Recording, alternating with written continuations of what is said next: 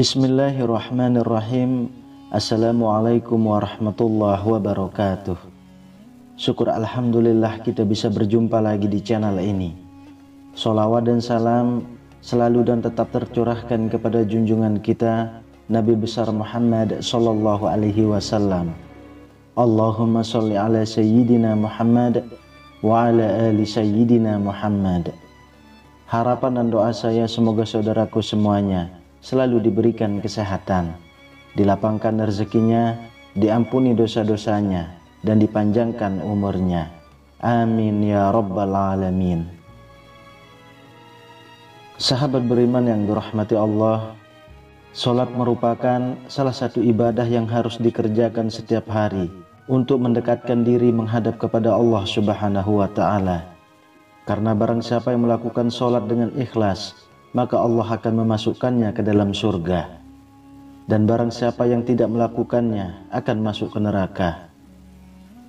Tapi ada juga yang melakukan sholat hampir puluhan tahun tapi masuk neraka. Ada salah seorang ulama yang bernama Abu bin Hashim yang setiap harinya selalu melakukan sholat 5 waktu, dan sholat malam pun dirinya selalu tidak pernah putus. Hampir puluhan tahun dirinya selalu mengerjakan sholat malam, yaitu tahajud. Setiap orang tertidur malam, dirinya selalu bangun dan segera mengambil air wudhu untuk melakukan sholat tahajud dan bermunajat kepada Allah Subhanahu wa Ta'ala. Pada suatu ketika, saat hendak mengambil wudhu untuk tahajud, Abu bin Hashim dikagetkan oleh keberadaan sesosok makhluk yang duduk di bibir sumurnya. Abu bin Hashim bertanya, "Wahai hamba Allah, siapakah engkau?" Sambil tersenyum, sosok itu berkata, "Aku malaikat utusan Allah." Abu bin Hashim kaget sekaligus bangga karena kedatangan tamu malaikat yang mulia. Abu bin Hashim lalu bertanya, "Apa yang sedang kamu lakukan di sini?" Malaikat itu menjawab, "Aku disuruh mencari hamba pecinta Allah." Melihat malaikat itu memegang kitab tebal, Abu bin Hashim lalu bertanya, "Wahai malaikat, buku apakah yang engkau bawa?" Malaikat menjawab, "Ini adalah kumpulan nama hamba-hamba pencinta Allah."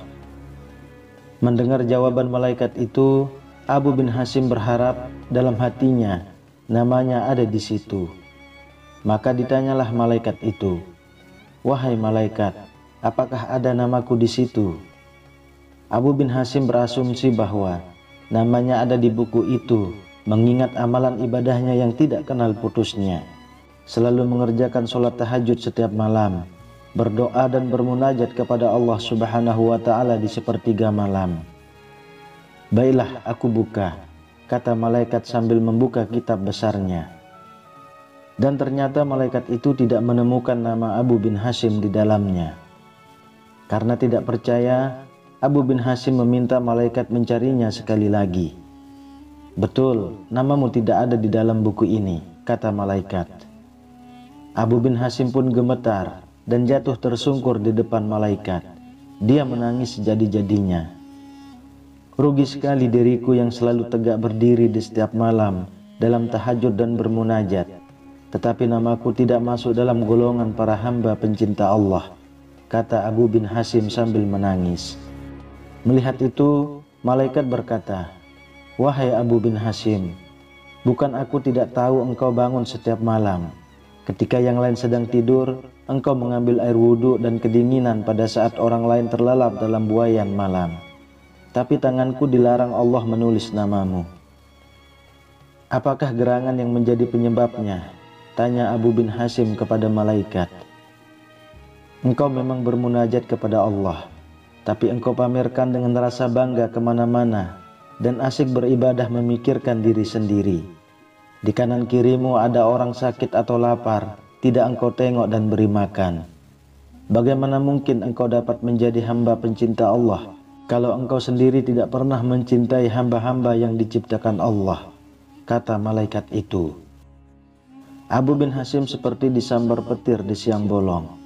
Dia tersadar hubungan ibadah manusia tidaklah hanya kepada Allah semata, hablum minallah, tetapi juga ke sesama manusia, hablum minannas, dan kepada alam. Sahabat beriman yang dirahmati Allah, ternyata ibadah serajin apapun, kalau niat memamerkan, niat dianggap manusia, tidak peduli dengan kesusahan yang melanda di sekitarnya, maka akan dibenci oleh Allah Subhanahu wa Ta'ala. Malah banyak dalam kisah dan hadis Rasul bahwa serajin apapun ibadah, kalau Anda kekenyangan, penuh harta, tetangga Anda kelaparan dan kesusahan, maka Anda akan masuk ke neraka. Semoga kita mendapatkan hikmah dari pelajaran yang sangat berharga ini. Perbaikilah niat. Janganlah Anda rajin melakukan ibadah hanya untuk dilihat, hanya untuk memamerkan bahwa Anda itu orang yang rajin ibadah. Janganlah Anda ibadah hanya karena hadiah surga semata, tapi lakukanlah segala sesuatu ibadah itu murni karena Allah Subhanahu wa Ta'ala. Wallahu a'lam bishawab. Demikian yang bisa saya bagikan, semoga bermanfaat untuk kita semua. Amin ya rabbal alamin. Assalamualaikum warahmatullahi wabarakatuh.